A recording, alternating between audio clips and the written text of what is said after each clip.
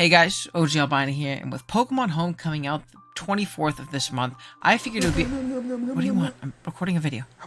What do you mean it's not coming out the 24th? When is it coming out? We don't know? When did they announce this? This was the tweet they sent out? You're kidding me. I'm gonna look like an idiot now. It's okay. Running back. With Pokemon Home coming out at a later unspecified date, I figured it would be cool to go through all of the Pokemon returning and look at the Pokemon I am most excited to come back when it comes to a Pokemon Draft League setting. If you don't know what Pokemon Draft League is, there's a video linked in the description below that will explain it in full, but basically you draft a team, play against other teams, try and make playoffs, win the championship. It's a good time. Definitely check out the channel if you've never seen Draft League stuff before, but I am specifically going to be talking about the top 10 Pokemon I am most excited for in the return of Pokemon Home. If you guys do enjoy today's top 10 video, be sure to drop a like, as well as subscribe to the channel. We are on our way to 3,000 subscribers, and I'd appreciate it a ton if you drop the sub and help me out. And if you want to become a channel member, there's also a little join button down there next to the sub button. It really helps me out a ton, and you get some pretty cool perks. You can read about them all down there. You can even get some Draft League help from your boy, exclusive videos, all that fun stuff. And yeah, with that being said, we can kind of jump right into it. Now, like I said, there is so many Pokemon coming back, and I wanted to go over some honorable mentions due to either weird circumstances or just like them barely not making the list. First of which is going to be Basculegion, the evolution of Hisuian Basculin coming in Pokemon Home. Now, if your league allows last respects on Basculegion, it is on this list. However, I don't think your league should be allowing last respects on Basculegion, so I am going to have it on this list as if it is banned, because it should be in 95% of leagues, so I don't want to make the assumption that it's going to be allowed. So Basculegion is left off this list because last respect's banned. If it's allowed, for sure let it on there. Next up is Mew. If you guys don't know, there was a home move tutor announced, and it basically lets you reteach a Pokemon any move that it can learn in any of the Switch native games like Swish, BDSP, and PLA. And if Mew gets access to that and those moves can be transferred into Scarlet and Violet, it becomes infinitely better in this generation, getting access to recovery back as well as high base power moves like Flare Blitz, Triple Axle, Poltergeist, things like that. And it would definitely be a top 10 Pokemon on this list, but we don't really know how that works yet. I know some people are really adamant that we're going to be able to transfer those moves in. You know, people that are really adamant we aren't, but we really just don't know yet until we get that in our hands. So that's going to be left off the list. Next honorable mention is going to be Regieleki. This Pokemon, I left it off not because of any unknowingness or anything like that. I just think it's very Terra dependent. With a Terra, it's a pretty incredible Pokemon. Without Terra, it's pretty terrible. And it really is kind of telegraphed how it's going to play. Plus, in my experience playing against Regieleki in Generation 8 already in Showdown Leagues, it still actually misses out on a 2-hit KO on a lot with a Terra Grass, Water, Ice. I saw a Terra Grass set do 30% to a Spidef Tinglu, and it was really sad because I think it was Life Orb. So I'm not big on Aleki still. I think it's a little bit Terra. Well, I'm not huge on Aleki, and I don't think it's top 10.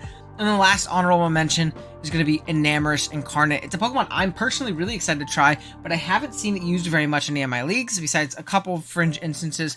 It looks like it'll be really fun, but I really just can't make the informed opinion on it yet because it hasn't been used in full. So I could see Enamorus being a lot better than, you know, some of the Pokemon on this list, but it could also be worse depending on how it goes. So I didn't want to put it on here because we don't really have much information on it yet. At least I don't personally. Alrighty, with that being said, let's go ahead and jump on into number 10 on the list, which is going to be a bit of a sleeper in my opinion, in Thundurus Therian formation. Pretty odd because Thundurus T is typically seen as a little bit worse than Thundurus I in a draft league setting, but I really think that this is Thundurus T's generation to shine. We already know what it does really well. 101 speed tier, which is really nice, outspeeding base 100s and below. It's a really unique speed tier that's great, with a 145 special attack stat. An absolute nuke. It gets access to Nasty Plot as well as Agility still, which is awesome, so you can still double dance. Then you can go ahead and rock out with Thunderbolt, Grass Knot for bulky grounds. You get Focus Blast. I believe you also get Sludge Bomb still, right? Yep, you do. You get Volt Switch and U-Turn for momentum, Thunder Wave, a bunch of cool options, right? Flash Cannon. You can do a lot of really cool things with Thundee here, specifically as a wall breaker. Now, I think Thundee is going to be much better this generation because of its ability to terrestrialize. I think this thing tearing into a water type or a flying type while keeping that Volt Absorb and getting much needed coverage, whether it be special flying stab from Terra Blast or water stab from Terra Blast is going to be incredible. Terra Ice can also be great, or even Terra Electric sets are going to be very, very strong. It's very hard to switch into a Terra Electric boosted Thundurus. I think this Pokemon will be very, very good in the right hands and with proper offensive positioning. And if it's using the right Terra type, it's going to be a big, big threat. So I'm definitely really here for Thundurus this generation. And I'm hoping it does well. I really think this is its generation to shine. So big ups to Thundurus T this gen. Hopefully I'm not proven wrong and look like an idiot a little bit later on. Next up, we have our first Hisuian Pokemon in our top 10 in Ursaluna. This Pokemon is Wall Breaker Incarnate. Ground Normal as its stab combination, which basically goes unresisted, especially when you factor in the fact that this thing has every single elemental punch, I believe. Yeah, every single elemental punch. It gets close combat as well, which is nuts, on top of elemental coverage plus ground and normal. Ground and normal, speaking of which, you get strong stab, gush boosted facades on top of headlong rush and earthquake if you don't want to drop your defenses. You can do so many things with this Pokemon offensively with its coverage. It's insane. You can also rock out with the Salt Vest variants. This thing is incredibly bulky, 130 HP, 105 defense, and 80 SPDF. It's very hard to kill this Pokemon. I remember one time my buddy Jason Diet Tight, last generation in a league that allowed Hisuian Pokemon, he used Ursaluna as his main check to a Suicune, because if Suicune burned it, he would get rocked. That wasn't really good for the Suicune. And the fact that you can switch in your water type just to wall the specially offensive, or your ground type to wall the specially offensive water type is pretty cool. I like that a lot, and this thing is going to be a really solid breaker. Really scary for teams to deal with. It also gets access to Swords Dance and Trailblaze to boost its speed. Not the fastest thing in the world, but it outspeeds Fat. With the Trailblaze, it can outspeed some things. I've definitely used it in the past and absolutely love this thing. It's great with a Terra as well. Terra Steel Heavy Slams can also really put a dent in teams. You get Play Rough, you get obviously the Elemental, so many things. This Pokemon really is incredible. It also gets access to Bulk Up if you want, a little bit slower of a setup option. Big on Ursaluna. I think it's going to be an absolute monster if you can get it in freely and just click those facades and headlong rushes, man, because that's really all you need to click on this thing. Next up, at number 8, I'm sorry, I can't count. We have Sneasler, a Pokemon one that I hate design-wise. Look at how ugly he is. Blech. But he's also incredibly obnoxious with the way this Pokemon plays. Its access to Poison Touch plus U-Turn is already annoying in its own right, because the fact that you can poison your switch-in while clicking U-Turn is incredibly obnoxious. Incredibly obnoxious. You have no idea that U-Turn turning into like Poison Jab secondary effect can be really tough to deal with. Plus the poison fighting stab is incredible offensively. Close combat plus Gunk Shot if you didn't have access to its obnoxious coverage move and Dire Claw. Now, what does Dire Claw do? Dire Claw has a 50% chance to sleep, poison, or paralyze the target coming in. Keep that on top of your Poison Touch. Oh my goodness. This thing is obnoxious. I think certain leagues, just out of pure anger, might ban the move Dire Claw and make this thing run Poison Jab and Gunk Shot. Keep in mind, if you don't get the Dire Claw to proc, you still have the chance for the Poison Touch to proc. This thing is going to force so many Covert Cloaks. It's absolutely insane. You also have access to Unburden, so Unburden plus I believe it gets, it does get SD, it also gets Bulk Up as well. Could be really cool, so that's a cool option. It gets great coverage as well. Like I said, its stab options are great, but it gets access to moves like U-Turn, like we mentioned. It can Toxic Spikes, it can Elemental Punch in Fire, and I think it's just Fire Punch. It's actually just Fire Punch, but it can Fire Punch. It gets access to Night Slash too for poisons that want to come in, as well as Shadow Claw. It can Taunt, it can U-Turn, like we said, X-Scissor. There's a lot of cool things that this thing can do. I think, and Rock Slide for flying types that might want to switch in. So Sneasler is an absolute pain, man. I am not looking forward to this Pokemon at all. I think he's ugly, and I think he's going to be obnoxious. Now, thankfully, the next Pokemon on our list is probably a pretty incredible Sneasler check with those Covert Cloak attached, and that's going to be Big Zapdos. Tried and true favorite, man. This thing is absolutely incredible. It does not lose much in Scarlet and Violet, really. It did lose access to Defog, which sucks, but everything lost access to Defog, so I really don't want to hold that against it. It kept its access to Hurricane that it got last generation, as well as Heat Wave, which it gets. It gets Roost back, no more BDSP Zapdos, not getting access to any type of coverage move or anything like that.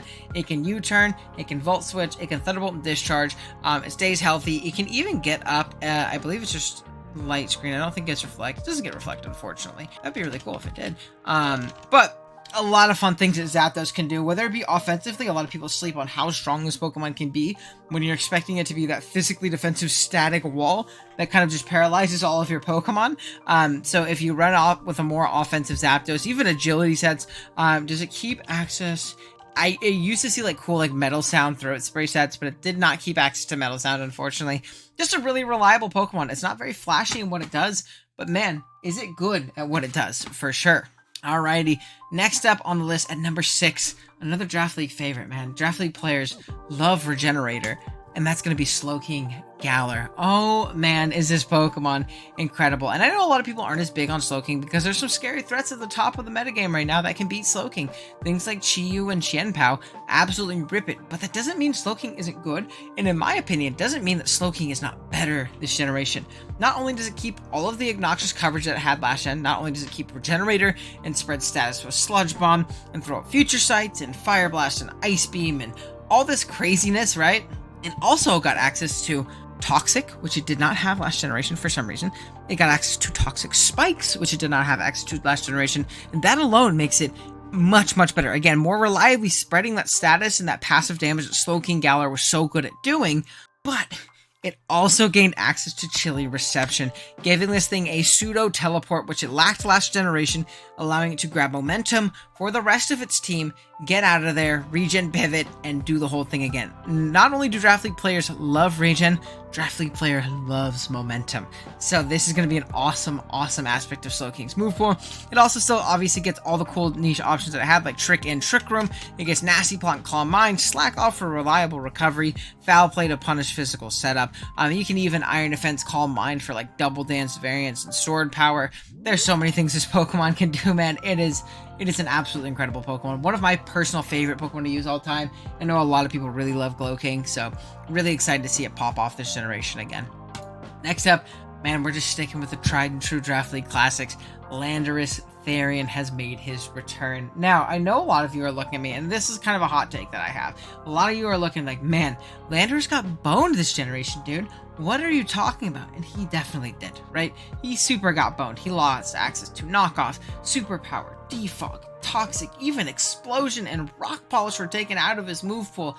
But Landorus Therian plus the terrestrializing aspect to it, whether it be Terra Flying, Terra Water, Terra Ground even, just off strong EQs, is going to be so unbelievably obnoxious to deal with. I'm telling you, I think this thing with a reliable, consistent flying stab on top of its earthquakes is going to be an absolute nuisance. Now, you are not going to be able to sleep as much with Landorus.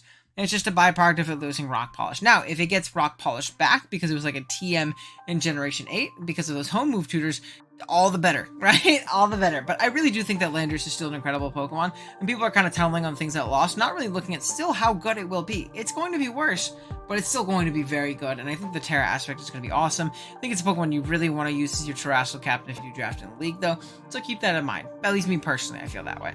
From Landorus, we go on to the next pick, which is completely different and very, very different in Landorus. Incarnate form this time, though. Again, really lost a big aspect of his move pool, losing access to Knockoff and losing access to Rock Polish, especially. Landorus with Sheer Force and a Life Orb, and getting a Rock Polish up was the bane of every team's existence in the endgame. It was very easy to chip things into Landorus range, because Landorus range is about 90%, because this Pokemon kills everything or comes very close to it. But losing access to Rock Polish really made this thing not as much of a sweeper, in my opinion. Now, you can still rock out with, like, Salac Berry sets. I think that's actually a cool aspect. It does get access to Endure, so I've seen that actually run a few times in this generation. So I think there's still niche instances where it can win, but not only is it still the strong breaker that it was before, with Sheer Force and Life Orb and just clicking buttons, Earth Powers and Sludge Bombs, and, because it doesn't get access to Sludge Wave anymore, and Rock Slides, and so many different things, right? Now, it can also Nasty Plot and Terrestrialize. This Pokemon is going to force KOs. I think it's actually kind of good that it didn't get Rock Polish, because I think this thing with Rock Polish plus Terra would be unbelievably broken with Nasty Plot. You really don't need that much coverage if you're getting a Nasty Plot up and a Rock Polish up, and you Terra this thing into whatever typing you want, whether it be with a Terra Blast or one of its coverage moves. It's going to kill everything on the opposing team. So maybe they did it on purpose. Maybe they said Landorus does not need Rock Polish with Terra, because this thing would be absolutely insane. Now, the fact that it doesn't, it's still going to be incredible. You just have to play Landorus a little bit differently. It is basically going to be that wall breaker, a good offensive stealth rocker as well, and potentially a momentum grabber, but typically with Landorus, you want to just click and attack. If you're going to predict a switch, you might as well click your coverage move that you probably have on it. So definitely big on Landorus this gen. I think they're both very slept on because they saw some pretty big losses to their move pool, but they're still going to be very good in my opinion. I don't know. Let me know if you disagree in the comments, civilly, please, but let me know if you guys disagree. Third up, this one is going to have a little asterisk next to it. This is considering that this Pokemon will not be allowed to Terra, because a lot like Basculegion, if your league is allowing, Last Respects Basculegion, they're messing up somewhere. If your league is allowing Terra Spectrier, your league is messing up. So this is under the assumption that it cannot Terra and Terra Fighting or Fairy or whatever it might be and destroy your team, right? So assuming it cannot Terra, I still think that Spectrier is the third best Pokemon in the format. And for any of you guys who have been a long time viewer, you might be looking at me like, Owen, who are you, dude? You were the guy who would rip into Spectrier last gen and call it overrated and blah, blah, blah, which I did, for sure. The biggest thing with Spectrier is the addition of one little move, and it's not even that good of a move. It's not even that strong. It is going to be the access to Draining Kiss. Now Spectrier has a way to hit the dark types that threatened it and walled it so well. It doesn't just have to Will-O-Wisp them. It can now slowly over time really break through them, especially with the Calm Mind or a Nasty Plot up. You get a Grimnade boost. You're going to be rocking through some things with the Draining Kiss, especially if you're rocking out with a Colbur Berry or maybe even a Weakness Policy or something like that. You're going to beat a lot of things 1v1 pretty darn easily. So I think that just the addition of this is great because while normal still wall you, Spectrier is usually able to be like tailored to beat most normal types with like taunt variants or Will-O-Wisp variants or whatever it might be, depending on the matchup. Whereas Darks, it couldn't really muscle through them. It really could not muscle through them because it didn't have the coverage and they were more than enough offensively threatening to it, even if they got off a Wisp or even if it got off this or that or whatever it may be, they were able to beat it down. But now it has that coverage move, and I think that alone makes it a top 3 Pokemon returning and debatably like a top 5 Pokemon in the format. Like, it's going to be a very, very scary thing to deal with in this upcoming generation with access to Draining Kiss. So kind of switch teams a little bit, but I think Spectrier is going to be pretty darn good. Speaking of pretty darn good from last generation, a Pokemon that was already great and is debatably better in Urshifu Single Strike. Now, your league might ban this. I don't think Urshifu is bannable personally. I didn't think it was last gen. I still don't think it is. I think it's better overall, but actually, like you can see, I have a Pokemon higher on this list that I also don't think should be banned personally. Maybe that's personal preference, but I think this 1 and 2 are pretty interchangeable. Man, Urshifu's just going to do what it did last gen, but better. It still has access to Wicked Blow, which was nerfed by 5 base power down to 75, but that doesn't really stop how strong this Pokemon is. With a Choice Band or a Choice Scarf or a Life Orb or Black Glasses, it absolutely rips through teams. It U-turns for incredible momentum. It has a very solid speed tier in 97 as well.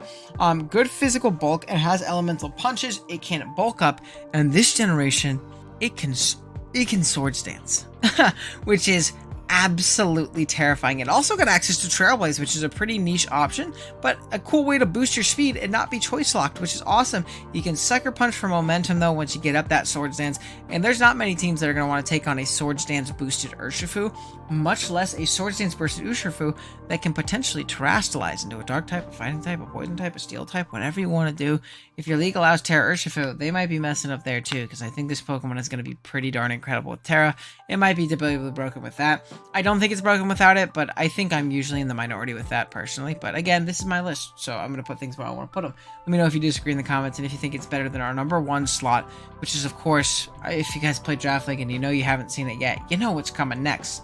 Big Tornadus Therian form. Man, oh man. Remember when I talked about earlier, Draft League player love clicking U-turn, Draft League player loves clicking or having Regenerator? Torn T is regen incarnate. Being able to just click U-turn and be the ultimate pivot in Draft League, get in, get out, scout and see what your opponent wants to do, be incredibly obnoxious offensively and defensively at the same time is awesome. Access to Nasty Plot last gen stays this generation, so Nasty Plot Torn T is going to be solid, especially when you take into account the fact that this thing can terrestrialize. I think that this is going to be the rise of offensive Tornadus Therian this gen. That's another prediction.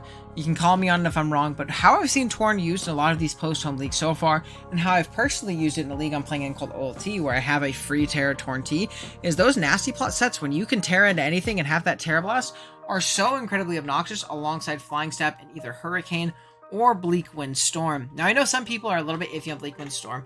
I personally like it a lot because Torn doesn't typically need the power from Hurricane. It's only 10 base power more. I like the 10% more accuracy. I understand you can miss both, and I understand the argument of like, well, if you can miss both, you might as well go for the stronger move because they're pretty similar in accuracy. But I also like the secondary effect of lowering things' speed. I think that's awesome. Now, Torn did see a little bit of a nerf this generation, losing access to knockoff, which is big for the defensive sets, and that's why I think the offensive Torn T is going to be so good this generation, because typically last gen, the Torn T set you would see in every Torn T game was Hurricane, Knockoff, Taunt, and U-Turn. It lost access to Knock, which just really makes those sets a little bit more tough, but I think it's just going to kind of gain that coverage move and just go Nasty Plot Taunt all the time, and still really beat down Fat and be annoying, or I can even just U-Turn around still pretty darn easily, be like Nasty Plot 2 coverage moves, even a U-turn, wait till you find that position to set up and win, and then go from there. So I think that's a really cool aspect of Torn here.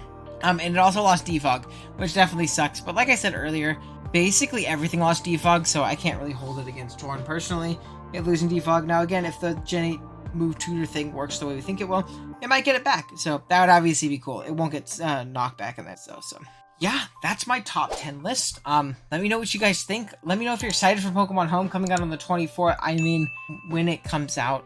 Damn it, Pokemon. But let me know if you guys are excited. Let me know you thought of the list. Drop a like on the video. Sub if you haven't already. And yeah, with that being said, I'll see you guys in the next one. Later.